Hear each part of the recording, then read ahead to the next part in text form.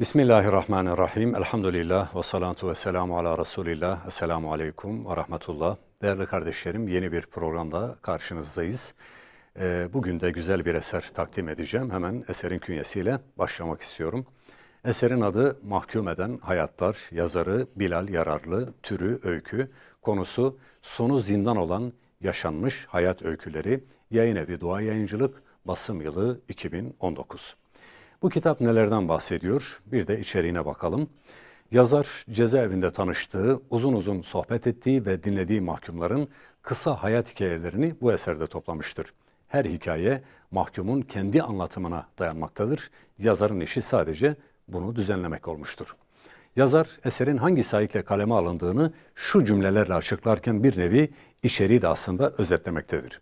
Amacım toplumun derbeder, eğitim anlayışının maneviyatsız olduğunu, ailelerin terbiye ocağı olma yeteneğini kaybettiğini, teknolojinin kötüye kullanımı gibi nedenler sonucu bireyin geldiği noktayı dikkatlere sunmaktadır, diyor yazar.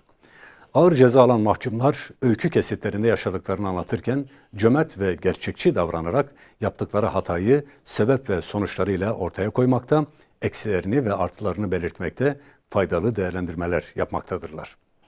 Okuyucunun da aynı hataya düşmemesi için sıkı sıkıya uyarılarda bulunmaktadırlar. Öyle ki her bir mahkum yaşadıklarını düşünecek ortam ve imkanı bulup okuyucuya hayatı sorgulama ve elindeki yaşama fırsatını doğru şekilde değerlendirme önerilerini de sunan tecrübeye dayalı çıkarımlarda da bulunmuştur. Kitabın içeriği özetle böyle. Peki bu kitap okuyucuya ne kazandırır ve neden okunmalı? Bu soruya şu şekilde cevap vermek mümkün. Kitapta verilen öyküler mahkumların kendi anlatımıdır. Öyküler yaşanmışlığa dayalıdır. Yapılan değerlendirmeler de özel ve gerçekçidir. Her hikaye kendi içinde çok değerli dersler ve tespitler barındırmaktadır. O nedenle anlatılan okunmaya ve üzerinde düşünmeye değer öykülerdir. Eser okunduğunda bireyin hayatını şekillendiren 3 ana dinamiğin doğru işleyişinin önemi ortaya çıkmaktadır. Bireyin ilk eğitim durağı ailesidir. Manevi yönü güçlü, bireyleri özverili, sorumluluk bilinci yüksek, özgüven anlayışı aile ortamında yetişen gençlerin suça daha az meyilli oldukları da bilinen bir gerçektir. Bu açıdan anne babaya çok büyük iş düşmektedir. Aksi halde yanlış çevre edinen gençler için gelecek tamamen karanlıktır ve meçhuldür.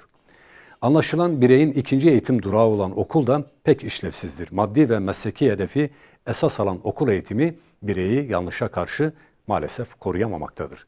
Lokal çalışmalar belki bir nebze çare olabilmektedir. Bunun yanında toplumdaki manevi dinamikler de problemi tanımlamak ve çözüm sunmakta geri kalmaktadırlar. Dolayısıyla toplumda bireyin şekillenmesini sağlayan ana dinamikler yetersiz kalmakta ve birey kendi kaderiyle maalesef baş başa kalmaktadır.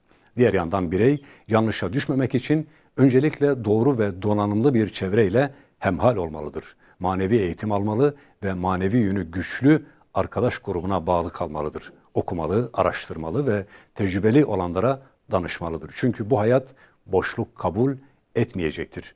Bir kez yaşanacaktır. O nedenle birey kim olduğunu ve dünyadaki vazifesini iyi bilmek mecburiyetindedir. Evet, özetle ifade ettiğimiz gibi bu kitap okunduğunda okuyucuya böyle güzel bir anlayış kazandıracaktır. Evet, takdim ettiğimiz eser Bilal Yararlı tarafından kaleme alınan Mahkum Eden Hayatlar isimli çalışmaydı. Böylelikle programımızı burada tamamlıyoruz.